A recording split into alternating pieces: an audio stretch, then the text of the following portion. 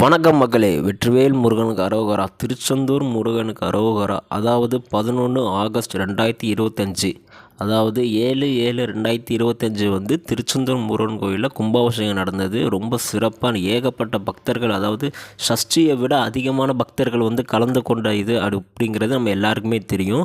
அதுவும் ரொம்ப வெகு சிறப்பாக நடந்துச்சு. அந்த கும்பாபிஷேகம் முடிஞ்சு 48 நாள் மண்டல பூஜை வந்து சரியான ஏகபோகமாக நடந்துச்சுன்னே சொல்லலாம். இந்த 48 நாளும் பார்த்தீங்கன்னா கிட்டத்தட்ட பக்தர்கள்லாம் 7 மணி நேரம் 8 மணி நேரம் குறையாமல் நின்று தரிசனம் பண்ணிக்கிறீங்க. சில பேரால் தரிசனம் லைனில் நின்றும் தரிசனம் பண்ண முடியாமல் போயிருக்கும். அவங்களுக்குலாம் கண்டிப்பாக முருகர் வந்து ஏதாச்சும் ஒரு வழியில் காட்சி கொடுப்பாரு.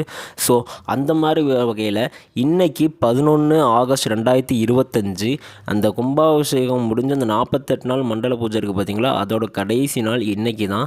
ஸோ இன்றைக்கும் எப்படி குறைஞ்சது 10 மணி நேரமாச்சும் சாமி தரிசனம் பண்ணுறதுக்கு ஆகும். ஏன்னா நேற்றைய தினம் 10 ஆகஸ்ட் 2025 பார்த்தீங்கன்னா குறைஞ்சது 8 மணி நேரம் லைனில் நின்று சுவாமி தரிசனம் பண்ணியிருக்காங்க. ஸோ இந்த திருச்செந்தூர் முருகன் கோயிலில் இப்போ ஏகப்பட்ட வசதிகள் பண்ணிகிட்ருக்குறாங்க. அண்ட் அதில் சில பல குறைகளும் சொல்கிறாங்க. அண்ட் அதில் நான் எனக்கு தெரிஞ்ச பக்தர்களுக்கு உபயோகப்படுற 4 நல்ல விஷயங்களை பற்றி மட்டும் நான் உங்களுக்கு சொல்கிறேன்.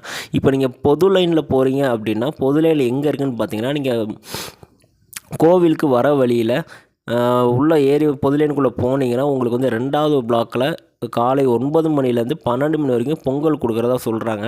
ஸோ நீங்கள் அதை சாப்பிட்டு பார்த்துருக்கீங்க, நீங்கள் அதை வாங்கியிருக்கீங்க, பயனடைஞ்சிருக்கீங்க அப்படின்னா கமெண்டில் சொல்லுங்கள்.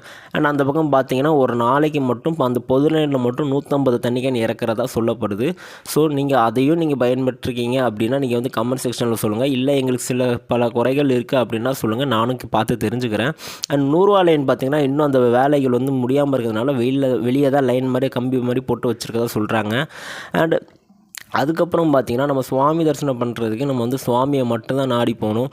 அண்ட் அதை தவிர்த்து நம்ம வந்து இந்த திரிசுந்தரர்கள், ஐயர்கள், அர்ச்சகர்கள் இவங்களெல்லாம் நம்ம நாடி போகிறது வந்து தவறான விஷயம். இது நம்மளே ஒரு கட்டத்தில் முடியாது, இவ்வளோ கூட்டம் இருக்குங்கிறது நம்மளால் முடியாமல் போய் நின்றுடுறோம் அவங்கக்கிட்ட. ஸோ அது வந்து தப்பு தான். பட் ஆனால் நம்மளால் சில பல காரணங்களால் தவிர்க்க முடியாமல் நம்ம பக்தர்களே 2-3 பேர் போய் அவங்கக்கிட்ட போய் சரணடைஞ்சிடுறாங்க. ஸோ அப்படிலாம் பண்ணாமல் நம்ம 8 மணி நேரம் இல்லை, ஒரு நாள் ஆனாலும் முருகர்காண்டி நின்று போய் சுவாமி பார்க்கலாம் அப்படிங்கிற ஒரு மன இதோடு நீங்கள் வந்தீங்கன்னா திருச்செந்தூர் முருகரோட அருள் வந்து உங்களுக்கு அவ்வளோ சூப்பராக கிடைக்கும். அண்ட் இந்த முருகர் மட்டும்தான் உலகத்திலே கடற்கரையொட்டி இருக்கிற ஒரே ஒரு முருகர் கோயில், அது நம்ம திருச்செந்தூர் முருகன் கோயில் தான். அதில் எந்த விதமான சந்தேகமும் வேண்டாம். அண்ட் அதில் பார்த்திங்கன்னா மலையாக இருந்து அது கொஞ்சம் கொஞ்சமாக கீழே இறங்கி கடல் அடிப்பில் கடற்கரையொட்டி கீழே இருக்க கோயில். அதுவும் மூலஸ்தானம் பார்த்திங்கன்னா கடல் அடிக்கு கடல் மட்டம் இருக்குது பார்த்திங்களா, அதுக்கு வந்து கீழே இருக்குது. நீங்கள் வந்து உள்ளே போனீங்கன்னா அங்கே வந்து உங்களுக்கு ஏர் கூட கொஞ்சம் அந்த சுவாசத்துக்கு கூட காற்று கூட கம்மியாக கிடைக்கும். அப்படிங்கிறத நீங்கள் மூலஸ்தானத்தில் இருக்கும்போது நீங்கள் வந்து உணரலாம். ஏன்னா அங்கே வந்து காற்று இருக்காது, வெக்க அதிகமாக இருக்கும். அதுக்கான காரணம் என்னன்னு பார்த்தீங்கன்னா, அது வந்து பூமிக்கு அடியில் இருக்கிறதுனால தான்.